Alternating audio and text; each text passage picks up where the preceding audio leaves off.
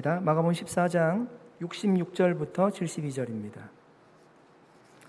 마가복음 14장 66절부터 72절입니다. 말씀 교독으로 읽도록 하겠습니다.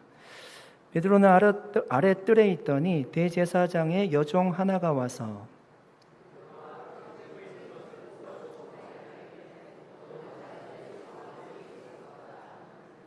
베드로가 부인하여 이르되 나는 내가 말하는 것이 무엇인지 알지도 못하고 깨닫지도 못하겠노라 하며 앞뜰로 나갈새.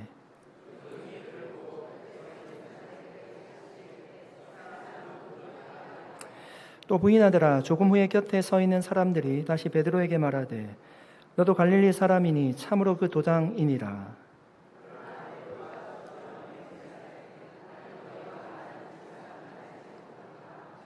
같이 읽겠습니다. 달기고 두 번째 울더라. 이에 베드로가 예수께서 자기에게 하신 말씀 곧 닭이 두 번 울기 전에 내가 세 번 나를 부인하리라 하심이 기억하되 이 일을 생각하고 울었더라. 아멘. 잠깐 기도하겠습니다. 하나님 아버지 감사드립니다. 주님 진리가 우리를 자유케 하는 줄 믿습니다.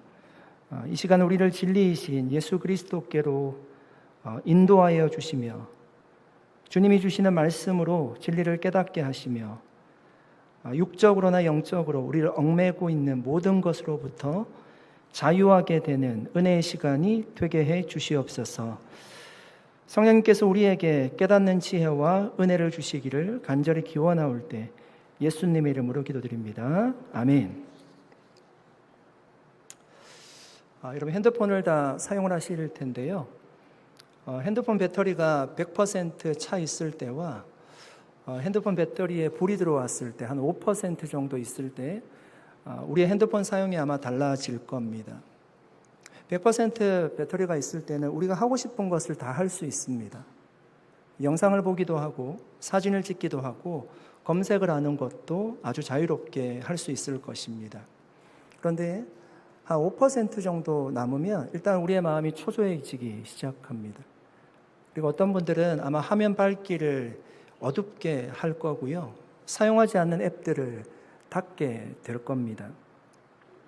그리고 옆에 있는 사람에게 아마 물을 거예요. 누구 충전기 없습니까?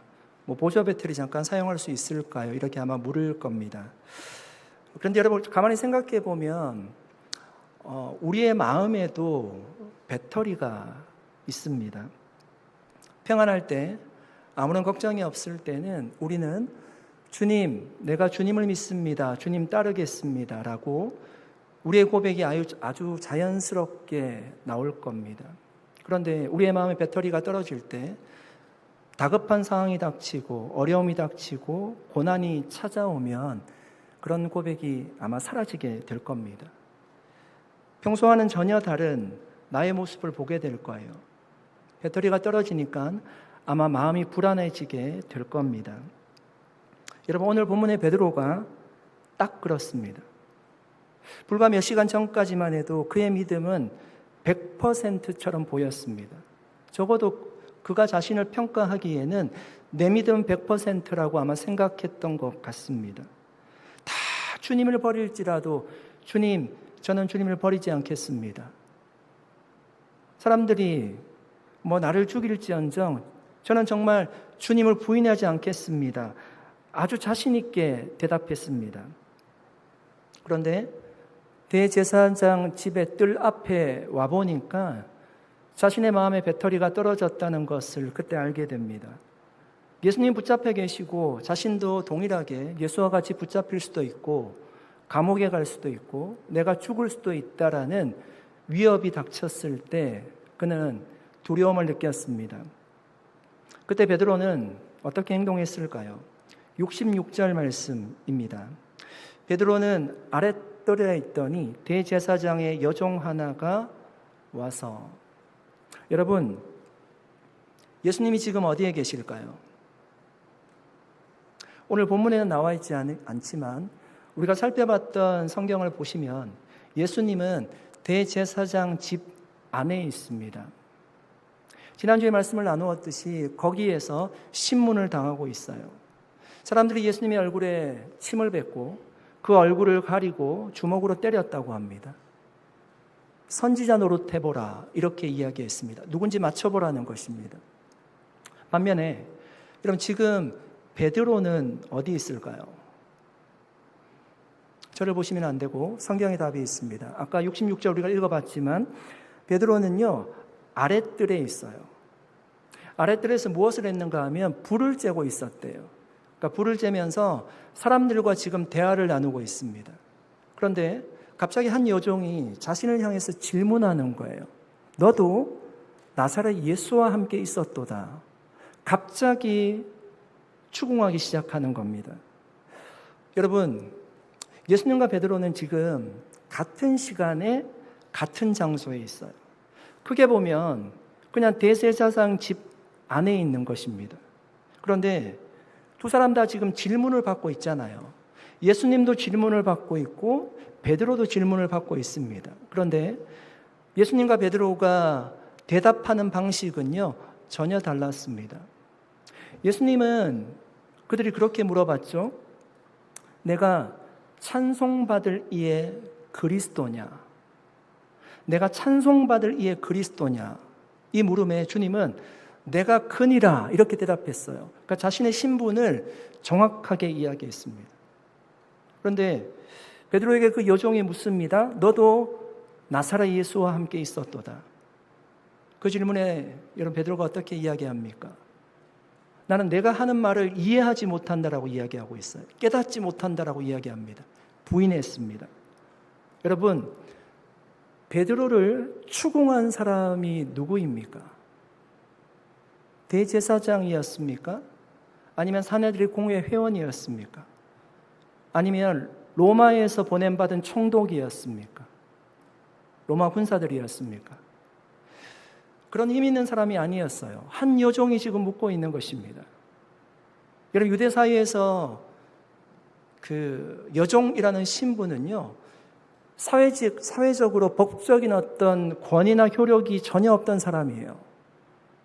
여러분 아시다시피 유대인들은 여성들을 카운트에 넣지 않았어요. 그런데 그 여성들이 아니라 여종입니다. 그 여종 한 사람이 얘기했는 그 질문에 베드로가 왜 이렇게 두려워하고 있는 것입니까? 심하게 떨고 있는 거예요. 물론 베드로의 두려움을 우리가 너무 쉽게 비난할 수는 없을 것입니다. 주님이 붙잡혔고 자신도 붙잡힐 수가 있고 감옥에 들어갈 수 있고 자신도 십자가에 달려 죽을 수 있다는 그 두려움이 왜 없겠습니까?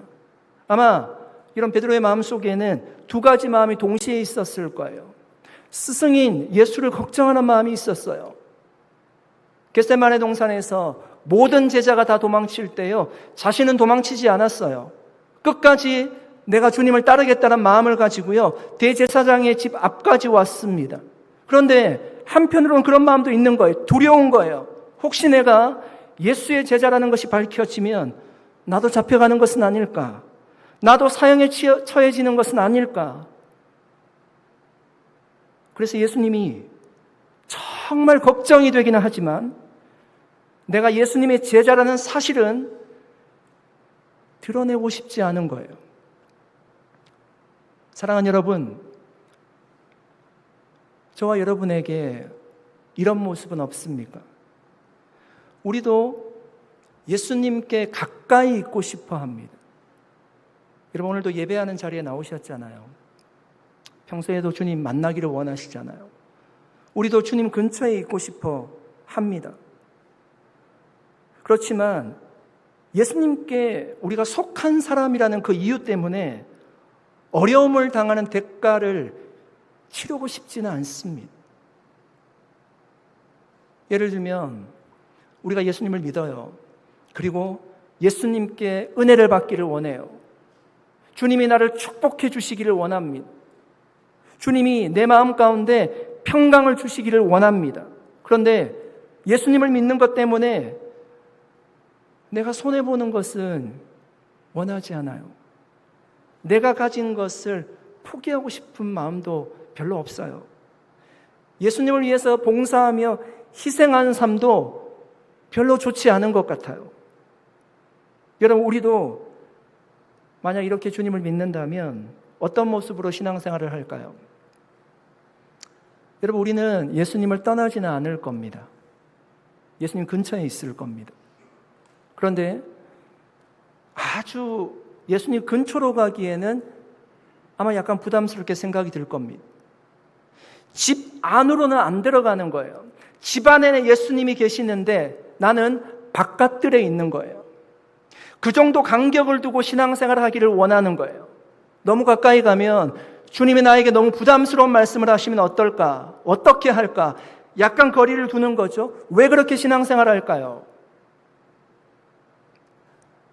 안전거리를 두는 거예요. 주님이 위험에 쌓이면, 닥치면 나는 도망갈 수 있는 거리를 두는 겁니다. 그것이 나를 지키는 것이고 나를 보호하는 것이라고 생각하기 때문입니다. 베드로가 지금 여러분 딱 그런 상황이잖아요. 여종이 묻습니다. 너도 나사렛 예수와 함께 있었지?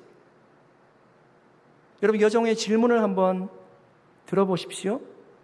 여종이요, 대제사장이 지금 예수님께 내가 찬송받을 이에 그리스도냐 그런 질문을 하듯이 그런 수준의 질문을 한 것이 아니에요.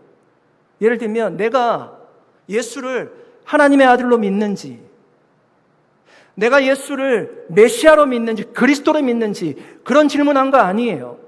그냥 우리가 일상에서 하는 평범한 질문을 한 거예요. 너 예수와 함께 있었지? 누구나 할 수 있는 질문이에요.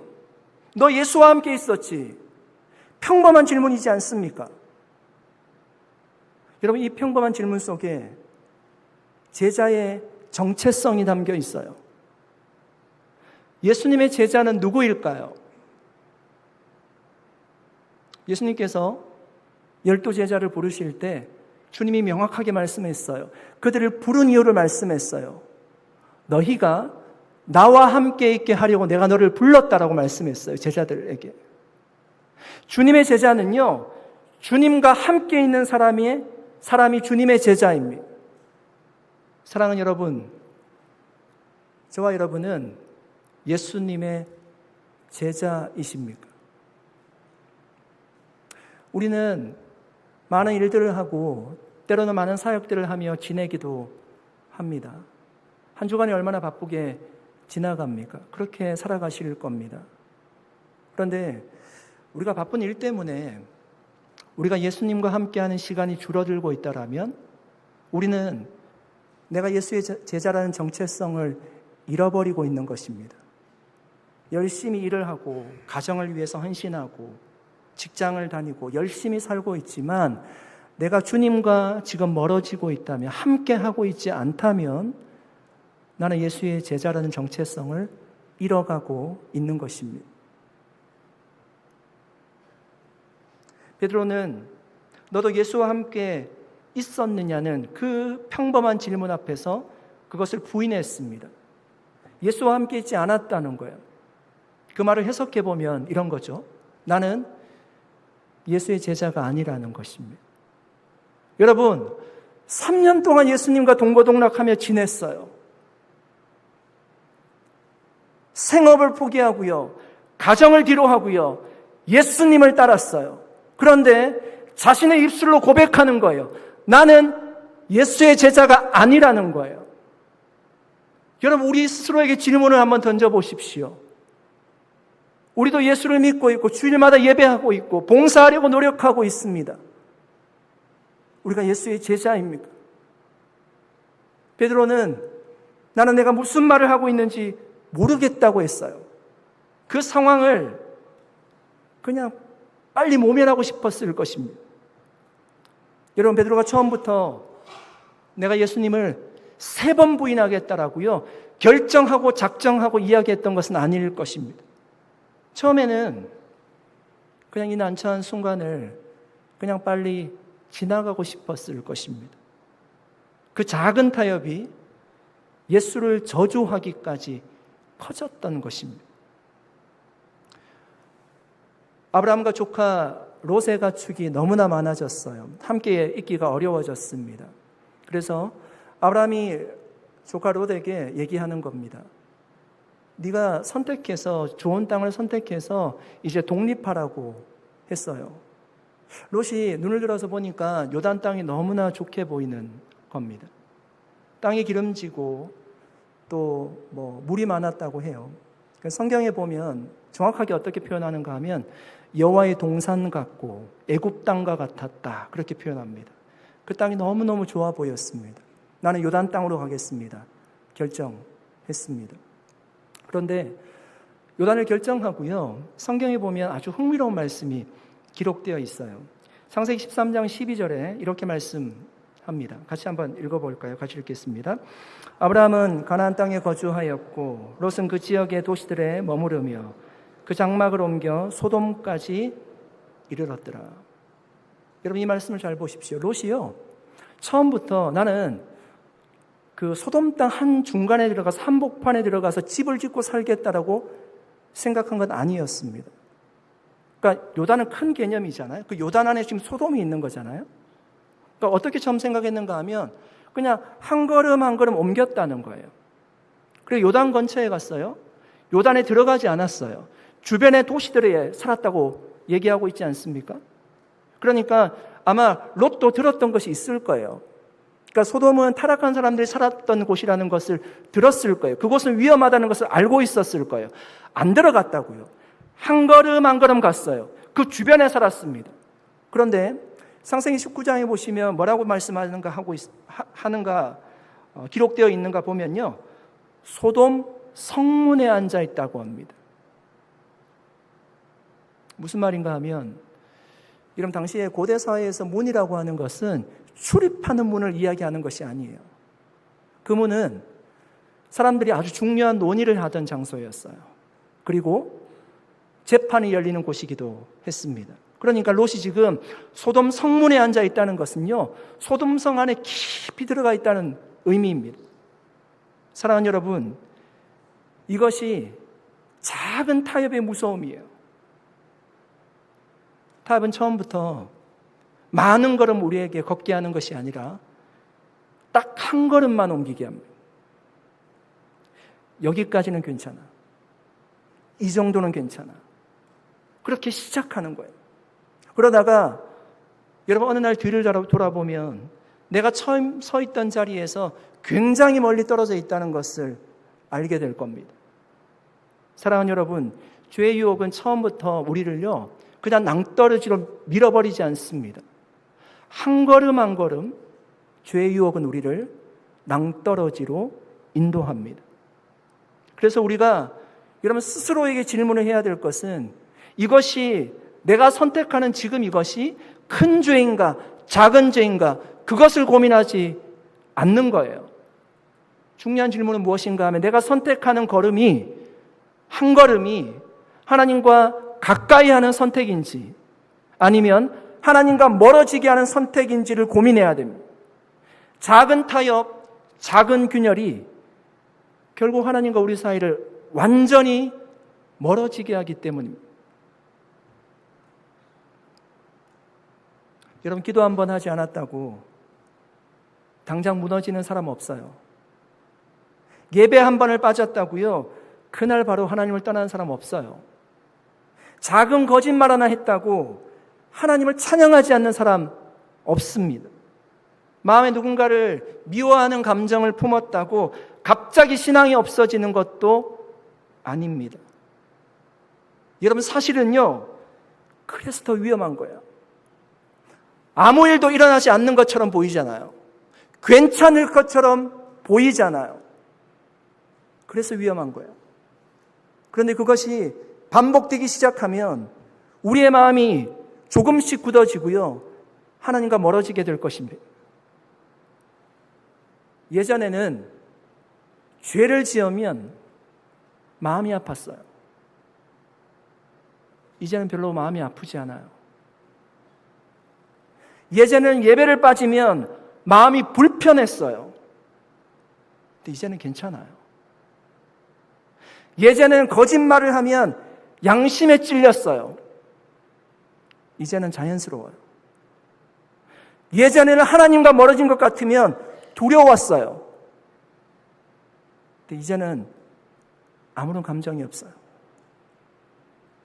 사랑하는 여러분, 이것이 작은 타협의 결과예요.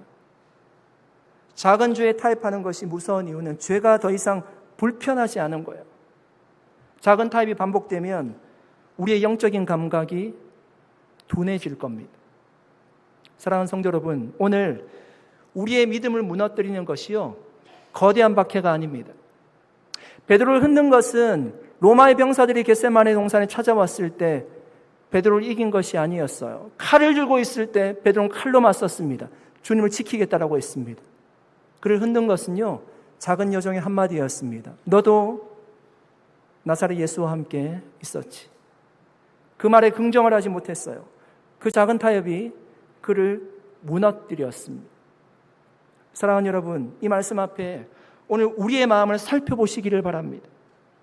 주님, 제가 지금 허용하고 있는 작은 타협은 무엇입니까?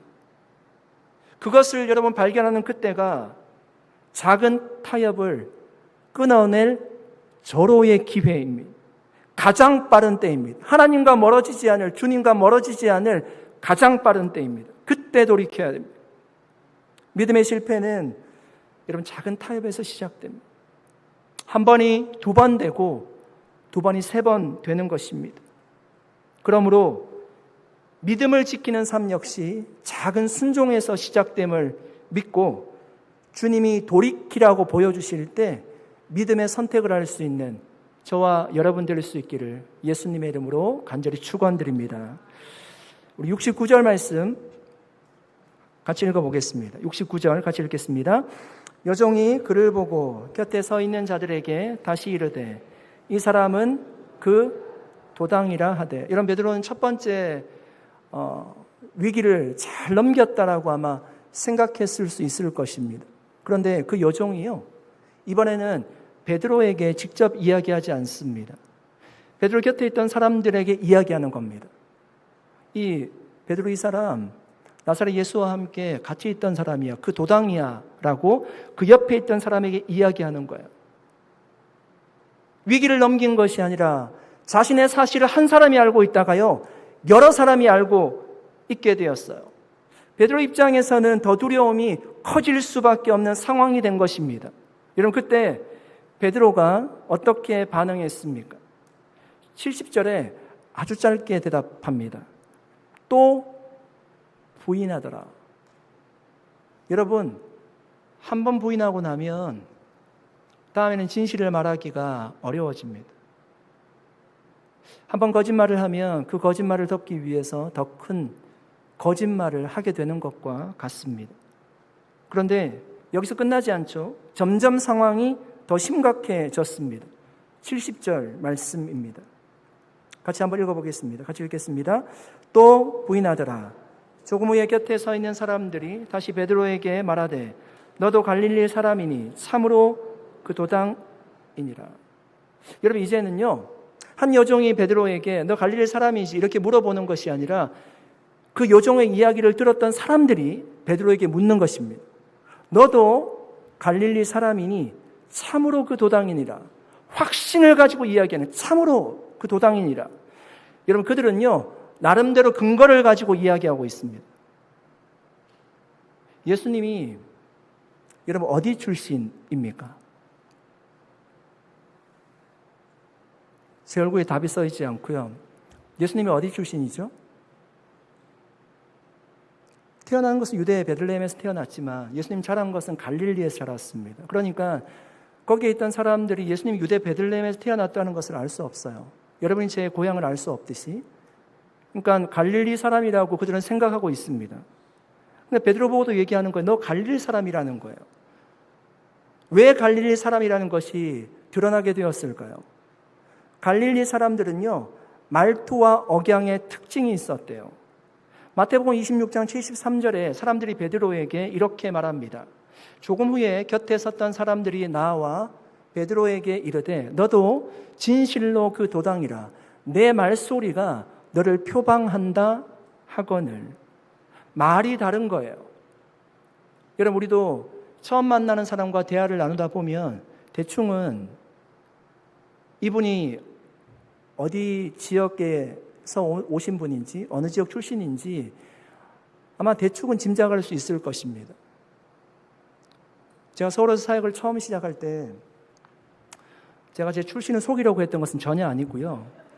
그래도 너무 이렇게 거부감 있게 사투리를 사용하면 안 되지 않습니까? 그래서 서울 사람처럼 설교하려고 굉장히 노력했습니다.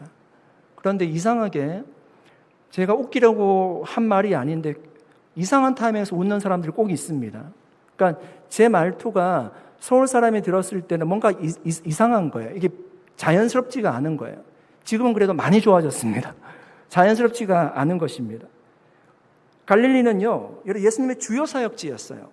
그러므로 베드로에게 너 갈릴리 사람이지라고 말하는 것은 너도 예수와 함께 다니던 사람이지, 그 말로 들렸을 거예요. 아마 압박으로 느꼈을 것입니다. 베드로는 갈수록 피할 길이 없어지고 있어요. 그 말을 듣고 여러분 베드로가 어떻게 반응했을까요?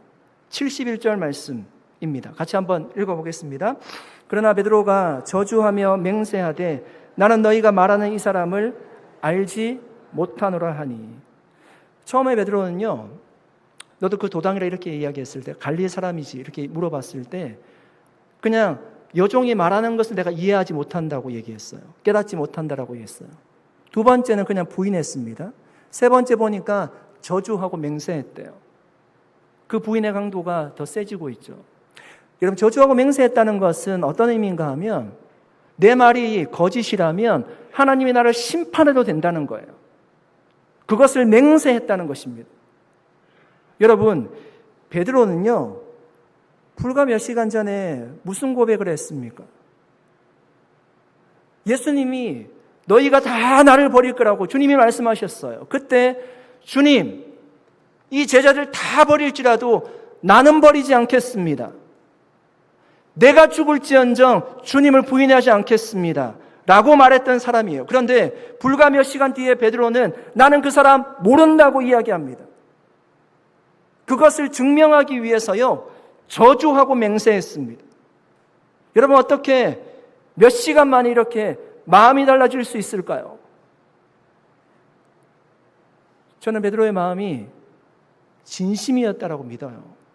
주님 사랑하는 거 진심이었어요. 그래서 다른 제자들이 다 도망쳐도요, 주님 따라왔잖아요.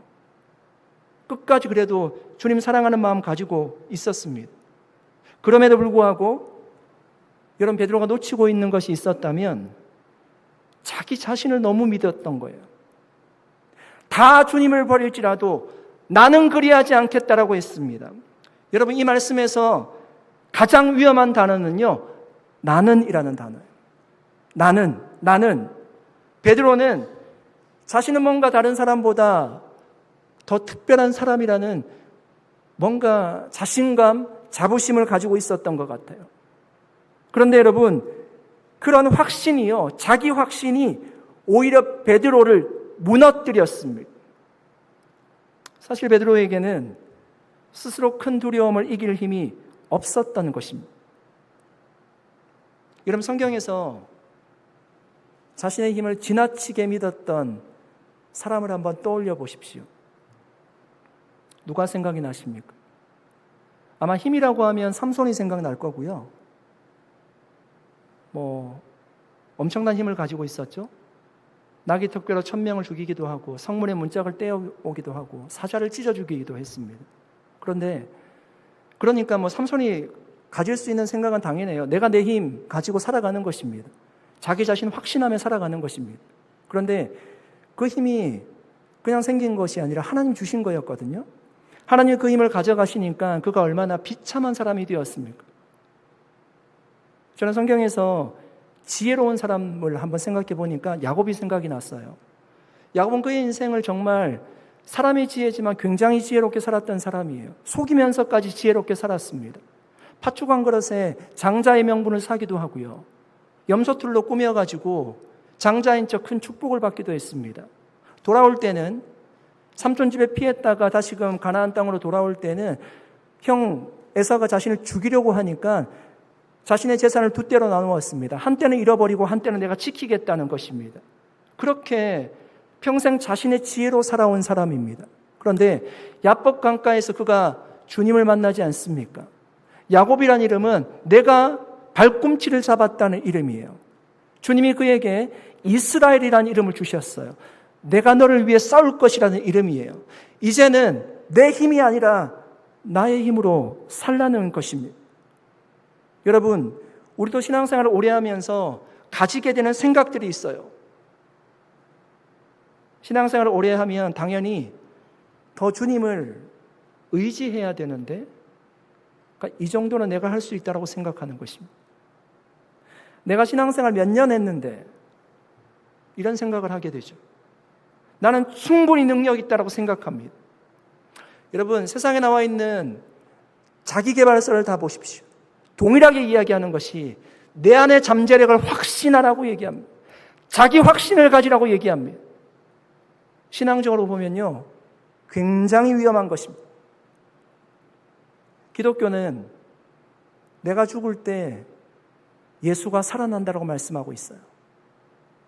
내 안에서 내가 죽을 때 그리스도께서 우리를 통치하신다고 말씀하세요. 사도 바울은요, 그래서 그는 고백했습니다. 나는 날마다 죽노라고 고백했어요. 여러분, 우리는 내 힘으로는 어떤 일도 할 수 없습니다. 어떤 시험도 이길 수 없어요. 주님이 내 안에서 통치하실 때 놀라운 역사들이 일어나기 시작합니다. 저와 여러분이 모르겠습니다. 여러분 어떻게 생각하는지. 저와 여러분이 지금까지 넘어졌다가 일어날 수 있었던 이유는 여러분 정말 우리 스스로 강하기 때문입니까? 그렇게 생각하는 것은요, 삼손과 같은 생각이에요. 야곱과 같은 생각이에요. 내가 내 힘으로 살아왔다는 고백입니다. 신앙적인 사고는 나는 할 수 없다라고 고백하는 거예요. 강하신 주님이 우리를 붙들어 주심을 내가 믿는 거예요. 사랑하는 여러분, 시간이 지날수록 자신에 대한 확신은 줄어들고 주님에 대한 의존은 깊어지는 저와 여러분 되시기를 간절히 축복합니다. 그것이요, 나는 죽고 예수는 사는 인생입니다. 여러분, 젊을 때는 모든 분들이 다 힘이 있지 않습니까? 그래서 도움을 별로 필요로 하지 않습니다. 그런데 여러분, 시간이 얼마나 빨리 지나가는지 나이가 들면 다 도움을 필요로 합니다. 자녀들의 도움, 이웃의 도움, 정부의 도움, 병원의 도움, 다 도움을 받으며 살아가요. 자신만 의지해서 사는 인생은 외롭고 힘들 것입니다. 신앙생활도 마찬가지입니다. 내 힘만으로 신앙생활 잘 할 수 없어요. 우리에게 공동체를 주셨어요. 홈을 주셨어요. 주님을 의지하면 믿음이 약해지지 않을 것입니다. 아멘. 주님이 우리를 붙들어 주실 거예요. 주님이 어려움을 이겨나갈 지혜를 주실 것입니다. 그러므로 여러분, 나 자신을 믿는 것이 아니라 주님을 더욱 의지하는, 날이 갈수록 주님을 더 의지하는 우리 모든 성도님들 다 되시기를 축복합니다. 이제 말씀을 정리하겠습니다. 여러분, 믿음의 반대말이 무엇일까요? 믿는다. 당연히 반대말은 안 믿는다, 불신앙일 겁니다. 불신앙도 맞지만 저는 자기 확신도 맞다라고 생각합니다. 우리의 믿음을 가장 위험하게 만드는 것이요, 자기 확신이에요. 산에서 길을 잃었을 때 가장 위험한 사람은 누구일까요? 내가 길을 모른다는 사실을 아는 사람은요, 덜 위험합니다. 내가 길을 잃어버렸기 때문에, 그 사실을 알기 때문에 이정표를 보기도 하고 지도를 찾기도 하고 사람들에게 물어보기도 할 겁니다. 그리고 길을 찾을 거예요. 그런데 더 위험한 사람은 길을 잃었는데도 자신이 길을 알고 있다라고 확신하는 사람입니다. 제가 휴가 때, 오늘 한 5분만 길게 하겠습니다. 제가 휴가 때 마음 먹고 산을 한번 타보려고 평소 찾던 산에 갔습니다. 평소에는 시간이 없기 때문에 보통 1시간 코스로 제가 산을 타게 되는데 그날은 정말 마음 먹고 왔습니다. 아침 7시에 도착을 해서 산을 올랐습니다. 저는 이제 이렇게 무게 있는 건 전혀 안 가져가거든요. 핸드폰도 안 가져가고, 보통은 작은 물 한 병 가지고 가는데, 그날 아침이라 해도 안 뜨고 해서 물도 안 가져갔습니다. 가장 큰 길로 가면 보통 이제 이렇게 돌아서 왔던 그 지점으로 오기 때문에 그냥 그 생각만 하고 제가 갔던 겁니다. 한참을 산을 탔습니다. 그런데 이렇게 공사하는 사인이 나오는데 그 사인이 시티 오브 팔로알토 이렇게 나오는 겁니다. 그러니까 제가 출발했던 곳은 그곳이 아니거든요. 그래서 뭔가 좀 이러고 가면 안 나올 것 같은데 생각이 드는데 제가 시계는 없고 한참을 온 것 같은데 돌아가려고 생각하니까 너무 막막한 거예요. 근데 이제 길을 내려가다가 이제 공사하는 차량이 막 올라오기 시작하고 그러니까 집들이 막 나오더라고요. 그래서 공사하는 차량을 세워서 제가 물어봤습니다. 제가 이제 어디에서 왔는데 일로 가려고 하면 이 길로 내려가면 거기가 나오냐고 하니까 이제 그 사람들도 공사하는 차량이기 때문에 그곳을 처음 온다라고 핸드폰을 막 설치해서 보여주는데 아니라는 겁니다. 완전히 반대 방향입니다. 근데 생각을 하니까 제가 지금 얼마나 왔는지도 모르겠고 지금 다시 돌아가려고 하니까 너무너무 막막한 겁니다. 제가 정말 그런 부탁 정말 안 하는데 제가 좀 태워달라고 했습니다. 다는 못 태워주니까 그 사람도 공사하는 차량이니까 그냥 올라가는 길까지만 제가 한참 내려왔거든요. 정상에서 그냥 올라가는 길까지만 태워주시면 제가 돌아가겠다라고 얘기했습니다. 그러니까 흔쾌히 태워주셨어요. 차에 타니까 제가 얼마나 안 돼 보였는지 물 한 병을 주시더라고요. 물 먹으라고. 그래서 이제 물을 한 반 병을 그냥 먹고 여기 샌마테오 산다라고 얘기하시고 자기는 이제 전기공사하는 사람인데 이제 왔다고 얘기하시고 두런두런 얘기하면서 이제 올라갔습니다. 그래서 이제 제가 그 정상까지 왔던 거기까지 태워주셨어요. 그리고 내리는데 안 돼 보였는지 물 한 병 더 가져가라고 이제 물을 주셔가지고 물 2병을 가지고 제가 차에 타고 알게 되었어요. 제가 3시간을 이제 그 산을 탄 것입니다. 차에 딱 타고 나서 시계를 보니까 이제 3시간이 지났어요. 내려가는데 제가 1시간 반 정도를 달려서 이제 내려갔습니다. 한 4시간 반 만에 그래도 집에 돌아올 수 있었습니다. 여러분 저 못 볼 뻔했습니다. 여러분 왜 이런 일이 생겼을까요? 그러니까 자기 확신이잖아요. 내가 길을 알고 있다라고 생각하니까 계속 멀어지는 겁니다. 아무리 열심히 가도 목적지와는 멀어지게 되는 거죠. 방향이 틀렸는데 여러분 확신까지 강하면 가면 갈수록 목적지에서 가까워지는 것이 아니라 더 멀리 갈 뿐입니다. 사랑하는 여러분, 우리의 신앙도 마찬가지입니다. 믿음은 내가 나를 믿는 것이 아니라 믿음은 내가 얼마나 약한 사람인지를 알고요, 하나님을 믿는 것입니다. 베드로는 주님을 부인하고 완전히 무너지고요, 그 이후에 깨닫게 된 것이 있어요. 이제 자기 자신을 믿을 수 없게 되었어요. 자신의 용기와 의지가 얼마나 약한지도 알게 되었습니다. 여러분 어쩌면 베드로에게 그 주님을 부인한 그 사건은 너무 아픈 경험이지만 그의 인생 가운데 꼭 필요한 경험이었습니다. 사랑하는 여러분, 우리 스스로를 의지하지 마시기 바랍니다. 우리가 얼마나 약한지를 알고 오늘도 주님이 필요합니다, 이 고백을 할 수 있기를 축복합니다. 그래서 정말 여러분 주님보다 앞서지 않고 내 힘을 의지하지 않고, 제자는 주님과 함께하는 사람이라고 얘기했는데 주님과 함께하는, 주님과 함께 동행하는 믿음의 삶을 살아가는 저와 여러분 될 수 있기를 예수님의 이름으로 간절히 축원드립니다. 기도하겠습니다. 살아계신 하나님 감사드립니다.